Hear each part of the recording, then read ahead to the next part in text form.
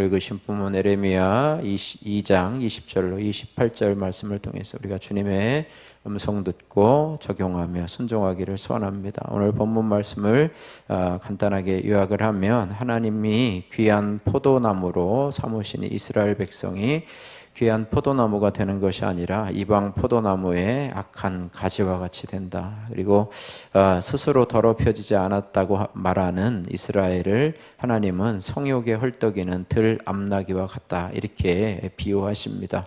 또한 그들은 나무를 향해서 또 돌을 향해서 너는 나를 낳았다, 이렇게 말하는데요. 그런 이스라엘에게 하나님은 너의 신들이 너의 성읍의 수와 같다, 이렇게 말씀하고 있습니다. 20절에서 21절 말씀 보시면 이스라엘을 이방 포도나무의 악한 가지와 같다, 이렇게 말씀하고 있습니다. 21절 말씀 같이 읽겠습니다.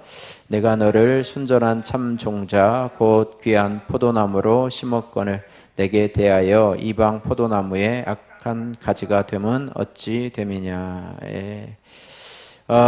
이스라엘은요, 하나님께서 원래 좋은 포도나무로 이렇게 만드셨지만은 그들은 스스로 이방 포도나무의 악한 가지가 되었다, 이렇게 말하고 있습니다. 그래서 이스라엘은 멍에를 걷고 결박을 끄는 짐승처럼, 그죠? 짐승에게는 항상 이 멍에가 달려 있고 또 결박을 통해서 주인의 통제와 다스림을 받도록 되어 있는데, 하나님의 통치와 다스림을 받도록, 그렇다고 짐승처럼 그렇게 결박과 멍에를 우리에게 메어준 것은 아니지만은요, 이스라엘은 어쨌든 하나님의 말씀을 거스리고 그것을 결박처럼 여기고 그것을 멍에처럼 여겨서 그것을 끊고 나가서 하나님의 언약이라고 하는 그런 것들을 끊어버리고 깨트려 버렸다고 하는 것입니다. 어쨌든 이들은 하나님의 은혜를 잊어버리고 애굽의 그런 멍에와 결박에서 풀어주신 하나님의 은혜를 잊어버리고 하나님의 말씀을 거스르고 언약을 벗었다, 이렇게 말하고 있습니다. 20절 말씀도 같이 한번 읽겠습니다. 내가 옛적부터 내 멍에를 꺾고 내 결박을 끊으며 말하기를 나는 순종하지 아니하리라 하고 모든 높은 산 위에서와 모든 푸른 나무 아래에서 너는 몸을 굽혀 행음하도다. 성경에서 이 간음이라고 하는 것은 하나님 이외에 다른 것을 섬기는 것을 간음이라 이렇게 얘기를 하는데요. 이들도 마찬가지로 하나님 이외에 그런 애굽들을 또 우상들을 섬기는 그런 간음하는 모습으로 변화가 되었다, 이렇게 말씀하고 있습니다. 이것이 바로 그들만의 모습이 아니라 저와 여러분들의 모습임을 인정해야 합니다. 하나님께서는 우리를 하나님의 자녀로 부르실 때에는 목적이 있었어요. 좋은 포도나무로, 좋은 열매 맺는 포도나무로 우리를 부르셨는데, 그것은 바로 주의 말씀에 순종하며 나갈 때, 하나님의 말씀 안에 거하고 하나님의 언약 안에 거할 때 우리가 귀한 열매를 맺는 인생을 살게 될 것이다, 이렇게 말씀하고 있습니다. 그래서 우리가 말씀 안에 늘 함께 있고 또 오늘 주시는 말씀을 늘 바라보며 살아야 됩니다. 우리가 새벽에 주시는 말씀 그저 듣고 잊어버리는 말씀이 아니라 또 우리의 상황 속에서 또 한 번 들춰보고 또 한 번 들춰보고, 저도 그것이 참 잘 되지 않는데요, 우리가 큐티 말씀, 오늘 주시는 큐티 말씀을 오늘 나에게 주시는 말씀으로 믿어야지만 이것이 가능합니다. 그냥 주어진 대로 성경 읽고 새벽 설교하는 그 말씀이 아니라 나에게 오늘 주신 말씀이다. 내 인생을 향하여 주신 말씀이고, 내가 당하는 상황 속에서, 여러분이 지금 당하는 고난과 환난과 여러 가지 갈등 속에서 성령께서는 충분히 그 본문을 통해서 나에게 말씀하시는 하나님, 그리고 내가 그 말씀을 듣고자 귀를 기울일 때 성령께서는 거기서 지혜도 주시고 또 때로는 책망도 하시고 때로는 위로도 하시는 그런 하나님이라고 하는 사실을 우리가 충분히 깨달아서 그냥 말씀과 더불어 같이 갈 때 우리에게, 그리고 그것에 순종할 때 우리는 날마다 조금씩 열매 맺는 삶을 살아가도 그것이 5년, 10년, 20년이 쌓여갈 때 우리는 정말로 믿는 사람으로서의 본을 보이는 열매 맺는 성도로서 하나님 보시기에도 기뻐하는 모습이 될 것이다, 이렇게 말하고 있습니다. 적용 질문입니다. 내 삶에서 이방 포도나무의 악한 가지 같은 언행은 무엇입니까? 이것들을 보면서 말씀으로 제어하면서 우리 자신을 회개하며 갈 때 이것이 가지치기 되어질 줄로 믿습니다. 22절에서 25절 말씀에 이스라엘을 또 한 가지로 발정난 들 암나귀 같다 이렇게 표현을 하고 있는데요.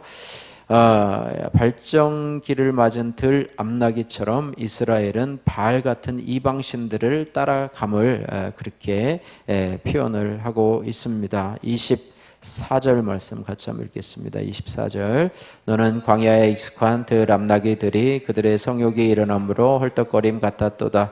그 발정기에 누가 그것을 막으리요 그것을 찾는 자들이 수고하지 아니하고 그 발정기를 만나리라. 이렇게 우상을 쫓는 탐욕, 정욕이 우리 안에도 이스라엘 백성들처럼 가득하다는 것을 우리 스스로 인정해야 합니다.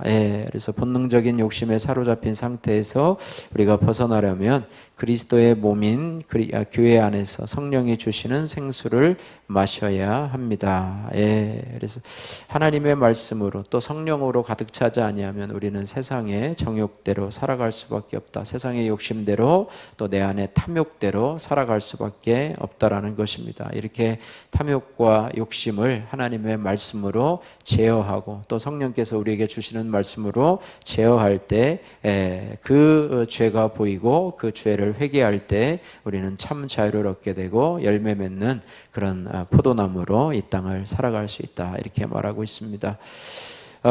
적용 질문입니다. 요즘 내가 발정난 들 암나귀처럼 따라가는 바알은 무엇입니까? 그 다음에 26절에서 28절 말씀에 발정난 들 암나귀가 따라가는 것이 바로 자신이 만든 신인데요. 그 신들에 대해서 26절에서 28절 말씀에 기록을 하고 있습니다. 그러면서 그들의 신들에 대해서 27절 말씀, 27절, 28절 두 절만 읽겠습니다. 그들이 나무를 향하여 너는 나의 아버지라 하며 돌을 향하여 너는 나를 낳았다 하고 그들의 등을 내게로 돌리고 그들의 얼굴은 내게로 향하지 아니하다가 그들이 환난을 당할 때에는 이르기를 일어나 우리를 구원하소서 하리라. 너를 위하여 내가 만든 내 신들이 어디 있느냐? 그들이 내가 환난을 당할 때에 구원할 수 있으면 일어날 것이니라.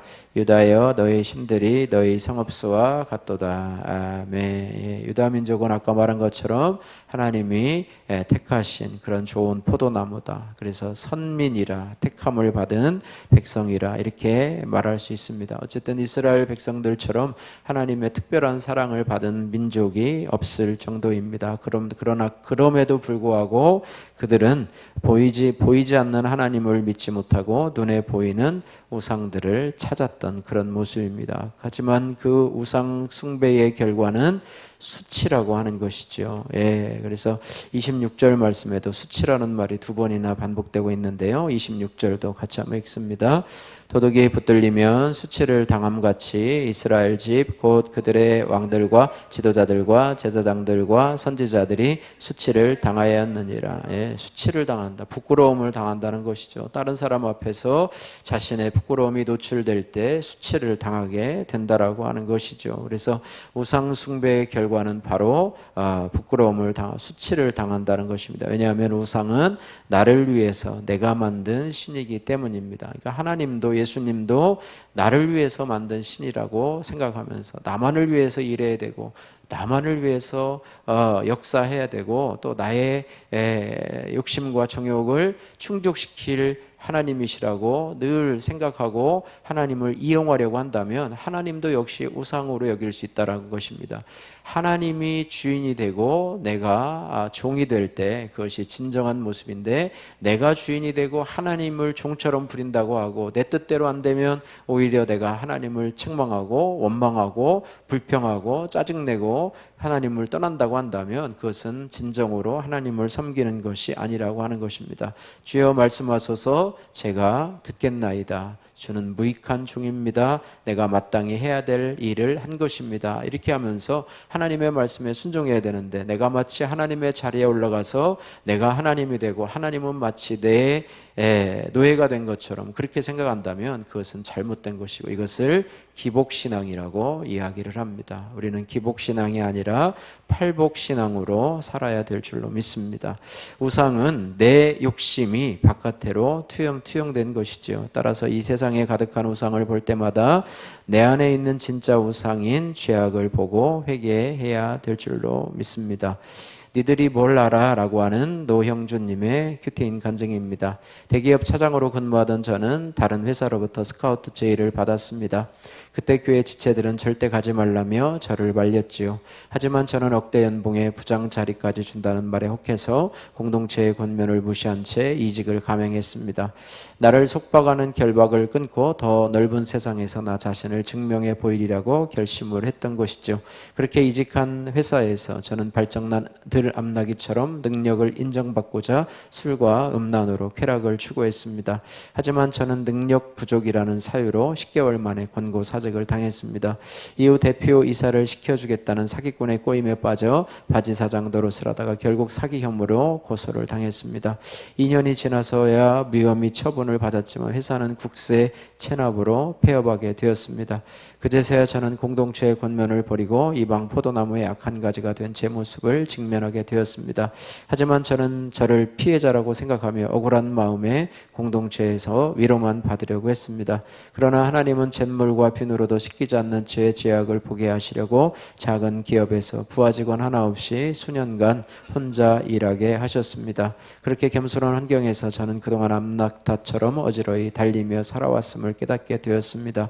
공동체의 권면을 진작 들었다면 지금쯤 걱정 없이 살고 있을 거란 생각과 함께 하나님을 원망하기도 했습니다. 하지만 말씀을 묵상하면서 지금의 내 모습은 이방 신들을 사랑한 내 삶의 결론임을 인정하게 되었습니다.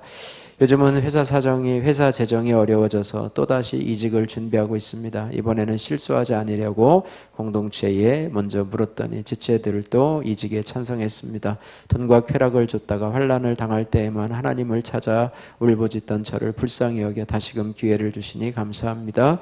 이제는 유일한 진리인 복음을 전하는 사명자로 살아가길 원합니다. 적용하기 첫 번째, 이직한 뒤에도 공예배와 교회 소그룹 모임에 빠지지 않고 참석하겠습니다. 저를 무시하는 이에게 저의 지질한 과거를 고백하며 창피를 잘 감당하겠습니다. 기도하겠습니다. 사랑의 하나님 아버지 감사합니다. 우리를 좋은 포도나무로 불렀는데 우리가 좋은 포도나무 열매를 맺지 못하고 이방 신을 섬기며 이방 포도나무의 악한 가지로 수치를 당한 우리 자신의 모습이 바로 우리 삶의 결론임을 고백하게 하여 주옵소서.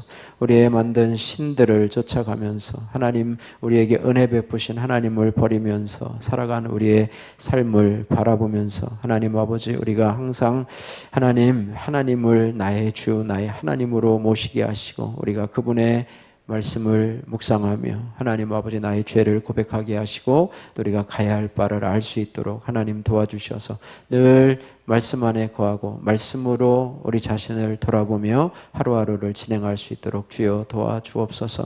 오늘 하루도 우리에게 주신 말씀 부여잡고 오늘 하루도 주님의 음성 듣고 성령께서 깨우치는 음성 듣고 우리가 좌로나 우로나 치우쳤던 곳에서 돌이키게 하시고 때로는 성령의 위로를 얻게 하시고 내 안에 숨겨져 있던 죄악을 발견하며 회개하는 시간 되게 하여 주옵소서. 예수님 거룩하신 이름으로 기도드립니다. 아멘.